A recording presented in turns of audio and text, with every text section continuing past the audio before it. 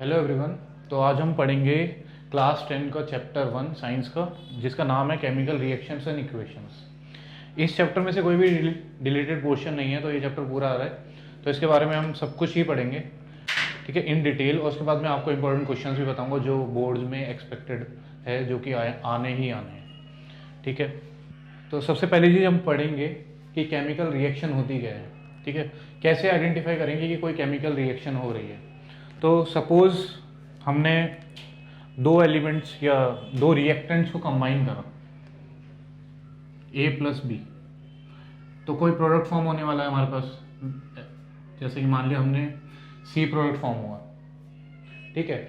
तो सी product form हुआ, तो इस सी प्रोडक्ट बनने के दौरान इसमें क्या क्या चेंजेस आए, ठीक है। रिएक्शन हुई तो क्या क्या चेंजेस आए। हो सकता है जब ये सी प्रोडक्ट बना तो कोई गैस निकली हो, या इसका कलर येलो हो, इसका कलर रेड हो, ये ब्राउन कलर का बन गया हो, कलर चेंज हो सकता है। हो सकता है ये दोनों लिक्विड हो, ये जो बना हमारे पास जो प्रोडक्ट बना है वो सॉलिड आ जाए।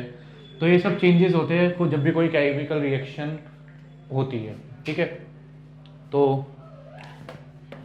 इसके बाद है सबसे पहली केमिकल रिएक्शन, जिससे बोर्ड में बहुत बार क्वेश्चन आता है, ठीक है, जो कि है मैग्नीशियम रिबन का। कि मैग्नीशियम रिबन को हम जलाते हैं तो उससे पहले हम क्या करते हैं, उसके बाद में हम क्या करते हैं, उसके बाद क्या फॉर्म होता है। तो ये सब चीज़ें हैं। तो मैं एक प्रॉपर वे में तो आपको समझा देता हूँ कि जैसे मैग्नीशियम रिबन है,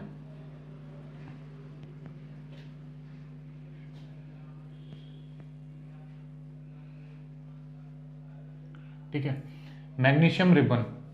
इसके बाद क्या करेंगे, कुछ अब इस साल प्रैक्टिकल तो हुए नहीं, तो आपको थोड़ा अंडरस्टैंड करना पड़ेगा, या नाइन्थ में किसी किसी के स्कूल में करवाया होगा प्रैक्टिकल।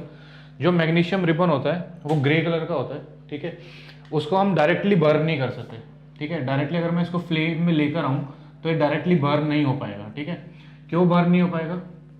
क्योंकि इस मैग्नीशियम मेटल की प्रॉपर्टी होती है, मेटल सबसे पहले एटमॉस्फेयर में ऑक्सीजन के साथ रिएक्शन करके अपने ऊपर ऑक्साइड की लेयर सबमिट कर लेता है। तो यानी कि इस मैग्नीशियम रिबन के ऊपर ऑलरेडी ऑक्साइड लेयर क्या होगी, सबमिट होगी, ठीक है। और आप सभी को पता ही होगा कि ऑक्साइड की जो लेयर होती है या ऑक्सीजन जो होता है वो बैड कंडक्टर होता है हीट का, ठीक है। तो इस ऑक्साइड लेयर की वजह से क्या होगा, ये बर्न नहीं हो पाएगा, ठीक है। तो सबसे पहला काम क्या करना पड़ेगा, हमको इस ऑक्साइड लेयर को हटाना पड़ेगा। तो इस ऑक्साइड लेयर को कैसे हटाएंगे? इस ऑक्साइड लेयर को हम हटाएंगे सैंड पेपर से क्लीन करके, ठीक है। तो फर्स्ट क्या आता है, क्लीन मैग्नीशियम, मैग्नीशियम का सिंबल लिख रहा हूं Mg, ribbon using sand paper.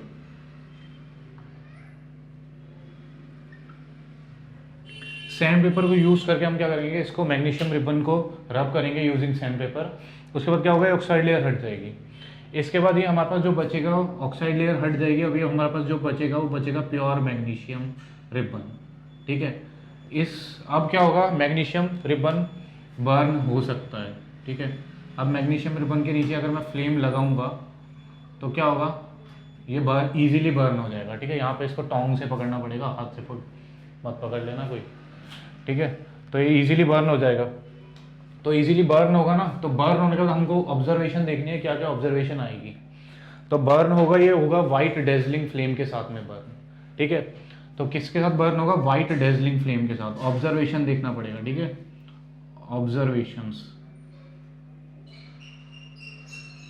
ठीक है। ऑब्जर्वेशन होगा सबसे पहली बात कि ये वाइट डेजलिंग फ्लेम के साथ बर्न होगा,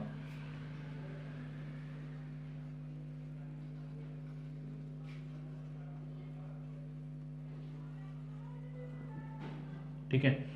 जब ये वाइट डेजलिंग फ्लेम के साथ बर्न हो जाएगा, जब ये कंप्लीट बर्न होगा, तो नीचे इसका ऐश रह जाएगा, ठीक है। यहाँ पे कोई राख राख सी रह जाएगी, ठीक है। तो राख किस चीज़ की होगी, अब देखो इसमें होगा एक केमिकल रिएक्शन। तो वो केमिकल रिएक्शन कैसे होगी, वो मैं केमिकल रिएक्शन लिखता हूँ, वो देखना ध्यान से। यहाँ पे होगी Mg, मैग्नीशियम रिबन को लिया हमने, और इसको किसकी प्रेजेंस में हम गर्म कर रहे हैं, एटमॉस्फेयर में गर्म कर रहे हैं। तो किसकी प्रेजेंस में हम इसको हीट कर रहे हैं, यूजिंग फ्लेम ऑक्सीजन की प्रेजेंस में, ठीक है। अब ऑक्सीजन की फ्लेम ऑक्सीजन के प्रेजेंस में हम इसको फ्लेम के थ्रू गर्म करेंगे, क्या होगा, ये कंबस्ट होना शुरू होगा। तो कंबस्ट होगा तो मिलके क्या बनेगा, MgO, ठीक है, MgO बनेगा मिलके। इसके बाद हम इसको बैलेंस भी करेंगे, बैलेंसिंग मैं आगे बताऊंगा। तो बैलेंसिंग जब हम करेंगे तो यहाँ पे 2 लगाएंगे, यहाँ पे 2 लगाएंगे, वो मैं आगे बताऊंगा कि क्यों बैलेंस करते हैं, ठीक है। तो ये रिएक्शन होगी, तो यानी कि हमारे पास जो ऐश बचा नीचे, जो राख बची, वो किसकी बची, मैग्नीशियम ऑक्साइड की।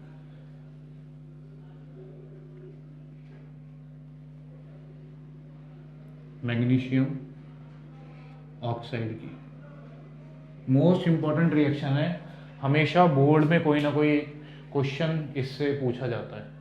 या तो पूछेगा कि मैग्नीशियम रिबन को क्लीन क्यों करते हैं बर्न करने से पहले, ठीक है, या पूछेगा what is a reaction take place when magnesium ribbon burn in air, ठीक है। तो ऐसे 2-3 क्वेश्चन बनते हैं इससे। मैं आपको लास्ट में लिंक में मैं PDF दे दूंगा जब ये चैप्टर कंप्लीट होगा कि इंपॉर्टेंट क्वेश्चंस कौन से, और मैं वो क्वेश्चंस आपको समझा भी दूंगा, ठीक है। तो ये था फर्स्ट हमारे पास एक्टिविटी थी मैग्नीशियम रिबन वाली। तो फिर ये समझ में आ गया होगा। इसके बाद हम नेक्स्ट टॉपिक लेते हैं, जो इस चैप्टर का नेक्स्ट टॉपिक है बैलेंसिंग, ठीक है।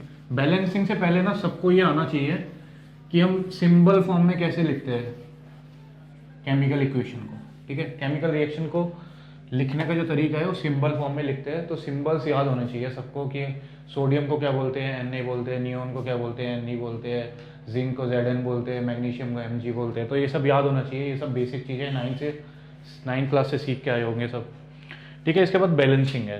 तो why do we need to balance a chemical equation, ठीक है। तो केमिकल इक्वेशन को या केमिकल रिएक्शन को बैलेंस करने की क्यों ज़रूरत होती है, ठीक है। तो फर्स्ट क्वेश्चन ये बनता है इस टॉपिक से, why do we balance chemical equation, या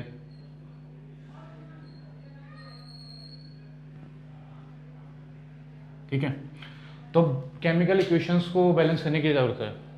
तो सबसे पहला इसका आंसर ये बनता है, इसका आंसर बनता है कि we need to balance the chemical equation because atoms neither be created nor be destroyed in a chemical reaction, ठीक है। ना ही एटम बनाए जा सकते हैं, ना ही एटम डिस्ट्रॉय करे जा सकते हैं किसी भी केमिकल रिएक्शन में, ठीक है। तो इसका मतलब है, अगर मैंने मान लो एक जनरल फॉर्म में मैं समझाता हूँ, अगर मान लो मैंने 5 ग्राम ए रिएक्टेंट लिया, ठीक है।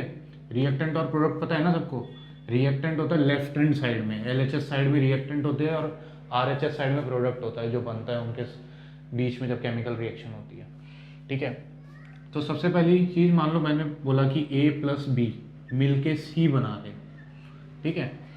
अब मैंने बोला कि ये A मैंने लिया था 2 ग्राम, B मैंने लिया था 1 ग्राम, तो मेरे पास प्रोडक्ट बना कुछ कितने का बनना चाहिए, 3 ग्राम का, मे भी पॉसिबल हो सकता है 2.5 ग्राम का बन जाए भाई, ठीक है। 2.5 ग्राम का बन जाए। अब तुम वो सोचोगे कि 0.5 ग्राम कहाँ चला गया, तो हो सकता है मे बी वो 0.5 ग्राम गैस की फॉर्म में इवॉल्व हो गया हो, हाइड्रोजन गैस, ऑक्सीजन गैस कुछ भी निकली हो, वो 0.5 ग्राम यहाँ पर हो गया हो, या वो 0.5 ग्राम हीट के फॉर्म में इवॉल्व हो गया हो, ठीक है।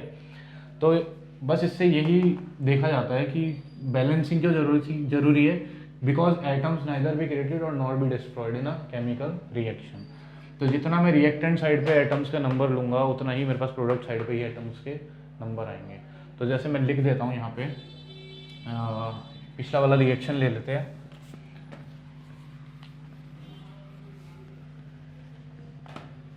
ठीक है। पिछला वाला रिएक्शन ले लेते हैं, Mg + O2, ठीक है। ऑक्सीजन है इसलिए डायटोमिक फॉर्म में रहेगी हमेशा। इसके बाद है बनेगा क्या, MgO, ठीक है। ये तो पता ही होगा कैसे बना ये MgO, अगर नहीं पता तो मैं एक बार बता देता हूँ। मैग्नीशियम के ऊपर चार्ज होता है +2 का, ऑक्सीजन के ऊपर चार्ज होता है कितने का, कितना होता है, -2 का, ठीक है। ये इसके साथ मिलेगा जाके, ये इसके साथ मिलेगा जाके, तो क्या बनेगा, ये दोनों कैंसिल आउट कर देंगे एक दूसरे को, तो बनेगा क्या, MgO, ठीक है। तो इस तरीके से बन गया। तो अब इसको देखो, यहाँ पे मैग्नीशियम तो है मेरे पास एक, मैग्नीशियम का एक एटम है, जब कुछ नहीं लिखा हो तो यहाँ पे क्या मानेंगे, एक एटम है। यहाँ पे ऑक्सीजन के कितने एटम है, यहाँ पे 2 एटम है, ऑलरेडी लिखा हुआ है। यहाँ पे 2 एटम, यहाँ 1 एटम, यहाँ मैग्नीशियम का 1 एटम, यहाँ ऑक्सीजन का 1 एटम, तो मिलके कितने एटम बना लिए, यहाँ पे टोटल 2 एटम है, यहाँ पे 2 एटम है, यहाँ पे 1 एटम है, तो यहाँ तो 3 एटम हो गए और यहाँ पे 2 ही एटम रह गए, तो ये तो अनफेयर हो गया, तो 3 एटम यहाँ पे भी होने चाहिए। तो इसलिए हमको ज़रूरत पड़ती है कि क्या, बैलेंसिंग करने की। तो यहाँ पे Mg है, यहाँ पे देखो Mg है, ये तो बैलेंस है पहले से। यहाँ पे ऑक्सीजन 2 है, यहाँ पे ऑक्सीजन 1 है, तो मैं क्या करूँ, यहाँ पे ऑक्सीजन को 2 करना पड़ेगा। तो 2 करने के लिए क्या करेंगे, ऑक्सीजन के यहाँ पे तो मैं लगा नहीं सकता 2, यहाँ पे भी 2 नहीं लगा सकता, तो मैं क्या करूँगा, यहाँ पे 2 के साथ क्या कर दूँगा, पूरी इक्वेशन को मल्टीप्लाई कर दूँगा। ठीक है, अगर मैंने 2 के साथ मल्टीप्लाई कर दिया, ऑक्सीजन तो 2 हो गया, ऑक्सीजन तो बैलेंस हो गया, लेकिन मैग्नीशियम क्या रह गया, मैग्नीशियम भी 2 हो गया, तो यहाँ पे भी क्या लगाना पड़ेगा, 2 लगाना पड़ेगा। ठीक है, इसको बोलते हैं बैलेंसिंग। ठीक है,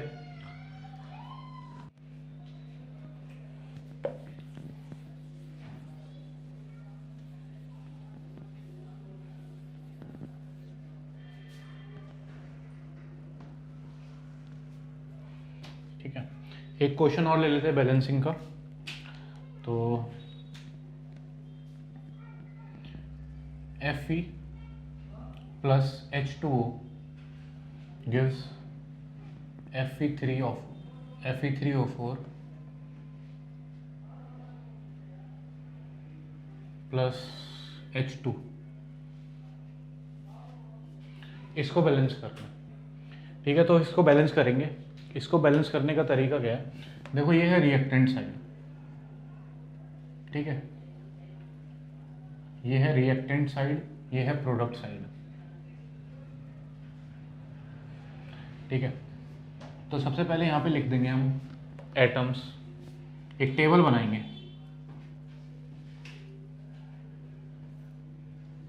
यहाँ पे लिखेंगे रिएक्टेंट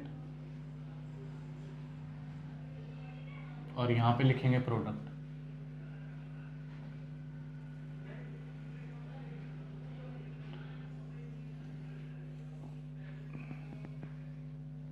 ठीक है, तो यहाँ पे देखो पहले मेरे पास एटम कौन कौन से हैं। यहाँ पे है मेरे पास आयरन Fe, हाइड्रोजन, ऑक्सीजन। ठीक है, तो एटम्स कौन कौन से हैं मेरे पास, Fe है, आयरन है, हाइड्रोजन है और ऑक्सीजन है। ठीक है, इस टेबल को ऐसे बना लेंगे। ठीक है, जब ये टेबल बन गई तो इसके बाद क्या करेंगे, रिएक्टेंट और प्रोडक्ट लिखेंगे हम कितने हैं, रिएक्टेंट साइड पे कितने हैं, नंबर ऑफ एटम्स आयरन के कितने हैं, 1 है, हाइड्रोजन के कितने हैं, 2 है, ऑक्सीजन का कितना है, 1 है, यहाँ पे आयरन का कितना है, 3 है, दिख रहा है Fe3, वो ऑक्सीजन का कितना है, 4 है, ऑक्सीजन का 4 है, और हाइड्रोजन का कितना है, 2 है। ठीक है, तो इसमें तुमको पता चल गया होगा टेबल से आसानी से कि हाइड्रोजन बैलेंस्ड है।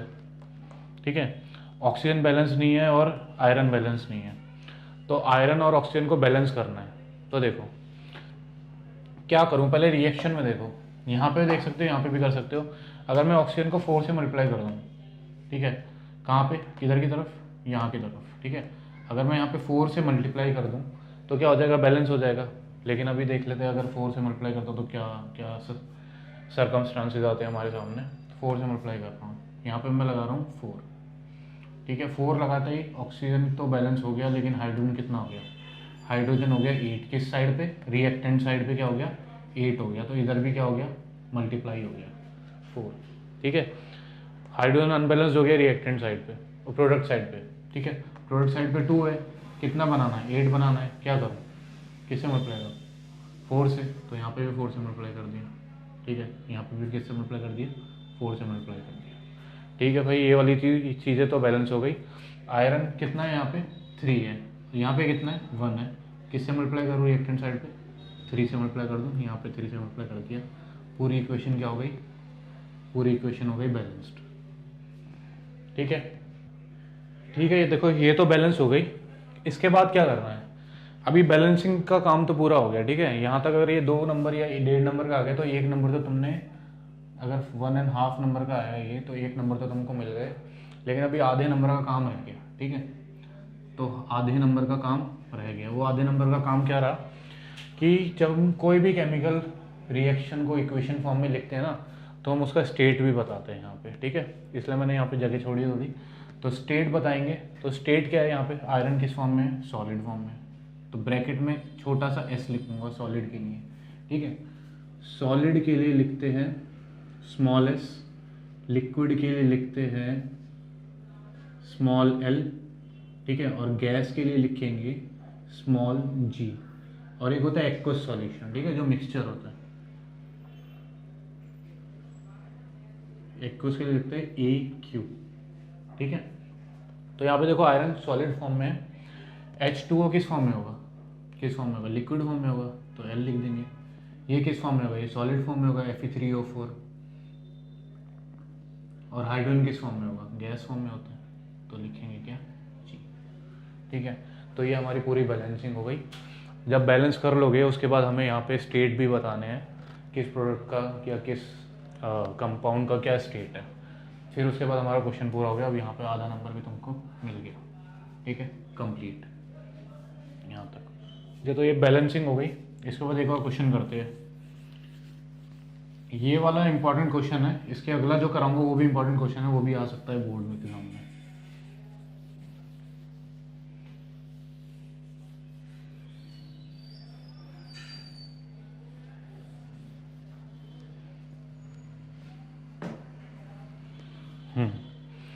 तो अगला क्वेश्चन है बेरियम क्लोराइड,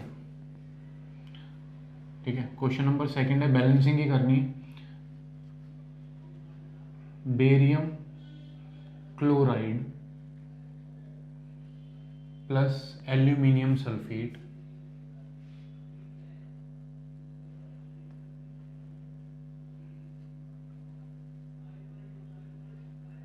ठीक है, गिव्स में यहां लगा देता हूं,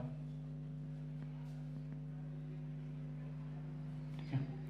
क्या हो जाएगा, डिस्प्लेसमेंट रिएक्शन होगा। अभी बताऊंगा डिस्प्लेसमेंट क्या होता है जब टाइप्स ऑफ रिएक्शन पढ़ाऊंगा। तो बेरियम सल्फेट बनेगा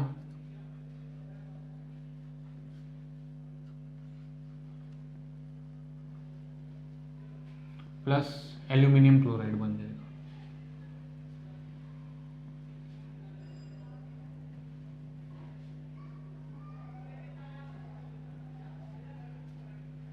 ठीक है। तो ये रिएक्टेंट साइड है, ये नीचे जो लिखा है वो प्रोडक्ट साइड है, ठीक है। तो पहले इसको रिएक्शन फॉर्म में लिख लेते हैं, ठीक है। तो बेरियम क्लोराइड का फॉर्मूला होता है BaCl2 plus aluminium sulphate Al2SO4 whole thrice, ठीक है, gives barium sulphate BaSO4 plus aluminium chloride AlCl3, ठीक है। तो इसको बैलेंस करना है हमको। तो यहाँ पे फिर से मैं वही बताऊंगा, टेबल बनाएंगे हम यहाँ पे पहले, जैसे हमने पिछले क्वेश्चन में बनाई थी। तो टेबल बनाते हैं,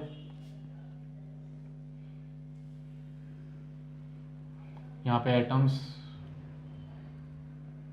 यहाँ पे रिएक्टेंट साइड, और यहाँ पे प्रोडक्ट साइड,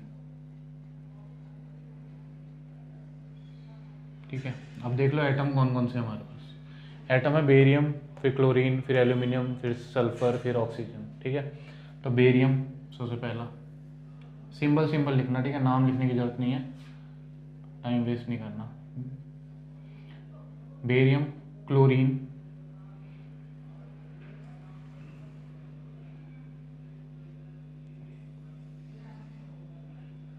इसके बाद है एल्यूमिनियम,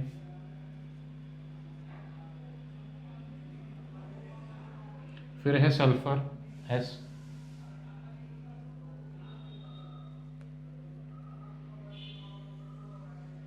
और फिर है ऑक्सीजन।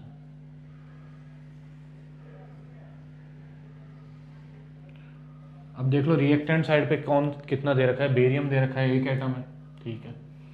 क्लोरीन 2 एटम है, ठीक है। एल्यूमिनियम भी 2 है, ठीक है, लिख लिया। सल्फर कितना है, देखो यहाँ पे सल्फर दिख तो 1 रहा है, लेकिन ये होल ब्रैकेट के अंदर है, तो होल ब्रैकेट के बाहर लगा हुआ है 3, तो सल्फर है कितना, सल्फर है 3, ठीक है। ऑक्सीजन कितना हो गया, 4 3 12। जब ब्रैकेट के बाहर भी लगा हो कोई सबसेट में 3 2 1, वो क्या हो जाता है, मल्टीप्लाई हो जाता है। यहाँ पे सल्फर तो 1 था, तो 1 3 3 इसलिए मैंने 3 लिखा। यहाँ पे 4 है ऑक्सीजन, तो 4 3 12, ऑक्सीजन कितना हो गया 12 हो गया रिएक्टेंट साइड पे। तो रिएक्टेंट साइड हमने लिख ली। इसके बाद हम लिखेंगे प्रोडक्ट साइड। बेरियम कितना है 1 है, क्लोरीन है, क्लोरीन कितना है 3 है। तो ऐसे देख के लिखना है, ऐसे नहीं कि बेरियम यहाँ पे उतार दिया, सल्फर 1 है तो 1 यहाँ उतार दिया। यहाँ पे देखना है क्लोरीन है यहाँ पे, तो क्लोरीन का ही लिखूँ मैं, ठीक है। क्लोरीन कितना है 3 है, 3 लिख दिया। एल्यूमिनियम कितना है यहाँ पे 1 है, तो 1 लिख दिया। इसके बाद सल्फर है, सल्फर कितना है यहाँ पे 1 है, 1 लिख दिया। ऑक्सीजन कितना है यहाँ पे 4 है, यहाँ पे क्या लिख दिया 4, ठीक है। देखो क्या क्या बैलेंस है। पहले बेरियम बैलेंस्ड है, क्लोरीन अनबैलेंस्ड है, एल्यूमिनियम अनबैलेंस्ड है, सल्फर अनबैलेंस्ड है और ऑक्सीजन भी अनबैलेंस्ड है। तो सबसे पहले हम क्या करें, किसको बैलेंस करें। देखो 4 3 से 12 करूँगा तो ऑक्सीजन बैलेंस हो जाएगा, ठीक है। तो 4 3 से 12 करता हूँ मैं यहाँ पे। देखो जब मैंने ऑक्सीजन को, जो प्रोडक्ट साइड पे जो ऑक्सीजन है उसको मैंने 3 से मल्टीप्लाई कर दिया, तो किस यहाँ पे तो 3 से मल्टीप्लाई कर नहीं सकता, कहाँ पे करना पड़ेगा, यहाँ करना पड़ेगा। तो 3 से मल्टीप्लाई करना। अब देखो जो चेंजेस आएंगे ना वो मेरे को नोट करने पड़ेंगे, जो भी चेंजेस आएंगे। देखो चेंजेस क्या है, ऑक्सीजन तो कितना हो गया 4 3 12 बैलेंस हो गया भाई, ठीक है। तो ऑक्सीजन बैलेंस हो गया। यहाँ पे मैं लिख लेता हूँ इसको सही से, इसको मैं लिख लेता हूँ 4 × 3 = 12। ऑक्सीजन क्या हो गया बैलेंस हो गया, ऑक्सीजन बैलेंस हो गया। लेकिन बेरियम कितना हो गया, बेरियम भी 3 हो गया प्रोडक्ट साइड पे, तो बेरियम भी किससे मल्टीप्लाई हो गया 3 से मल्टीप्लाई हो गया, ठीक है। सल्फर भी कितना हो गया, सल्फर भी 3 हो गया, और सल्फर है कितना, सल्फर भी 3 हो गया। देखो बेरियम यहाँ पे प्रोडक्ट साइड में 3 हो गया, सल्फर बैलेंस्ड हो चुका है क्योंकि 3 से मल्टीप्लाई हो चुका है सल्फर, ठीक है। अब क्या क्या चीज़ें रह गई अब अधूरी हमारे पास। देखो ऑक्सीजन तो 12 हो ही गया, ऑक्सीजन बैलेंस हो चुका है, और हमारे पास क्या बैलेंस हुआ है अभी अभी सल्फर बैलेंस हो गया, ठीक है। अब हमको देखो जब यहाँ पे हमने 3 से मल्टीप्लाई करो प्रोडक्ट साइड पे ऑक्सीजन को 12 बनाने के लिए, तो बेरियम 3 हो गया, यहाँ पे बेरियम 1 है, तो बेरियम को बैलेंस करूँ, यहाँ पे क्या लगाना पड़ेगा 3 लगाना पड़ेगा। तो 3 लगाते हैं मैं क्या करूँगा, रिएक्टेंट साइड पे बेरियम के साथ भी किससे मल्टीप्लाई करूँगा 3, बेरियम बैलेंस हो गया। लेकिन बेरियम बैलेंस हो चुका है तो लेकिन क्लोरीन कितना हो गया 3 2 6 एटम क्लोरीन के हो गए रिएक्टेंट साइड पे। यहाँ पे कितने एटम है क्लोरीन के 3 एटम्स है, ठीक है। रिएक्टेंट साइड पे क्लोरीन के कितने एटम्स हो गए 6 एटम्स हो गए। क्लोरीन के 6 एटम्स हो गए, किससे मल्टीप्लाई करा 3 से, ठीक है। लेकिन यहाँ पे क्लोरीन के कितने एटम्स है 3 एटम्स है, इसको भी 6 बनाना पड़ेगा। तो इसको 6 बनाने के लिए क्या किससे मल्टीप्लाई करना पड़ेगा 2 से मल्टीप्लाई करना पड़ेगा। तो क्लोरीन यहाँ पे भी क्या हो गया बैलेंस्ड हो गया, ये भी बैलेंस, ये भी बैलेंस, ये बैलेंस हो ही चुका था, ठीक है।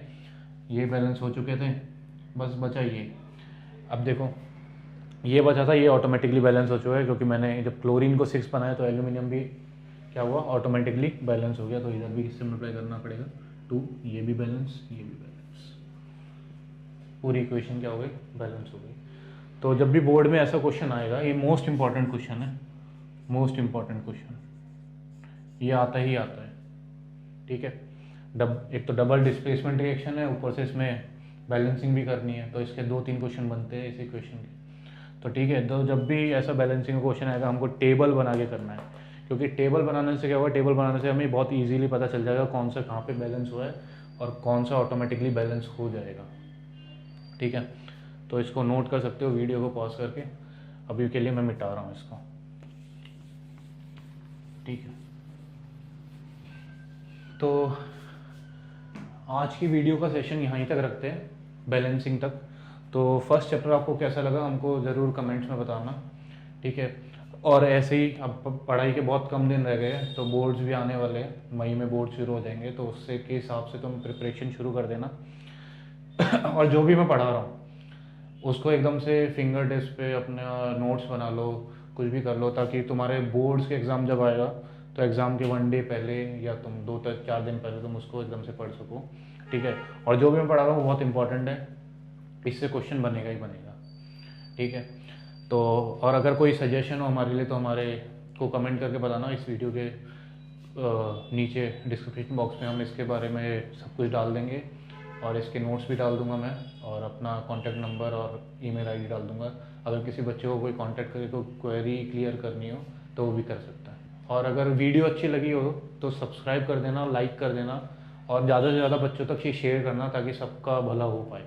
ठीक है, क्योंकि कोविड के दौरान अभी पढ़ाई किसी की नहीं हुई है, तो हमने एक नया वो लिया है ताकि हर बच्चे की हेल्प हो सके।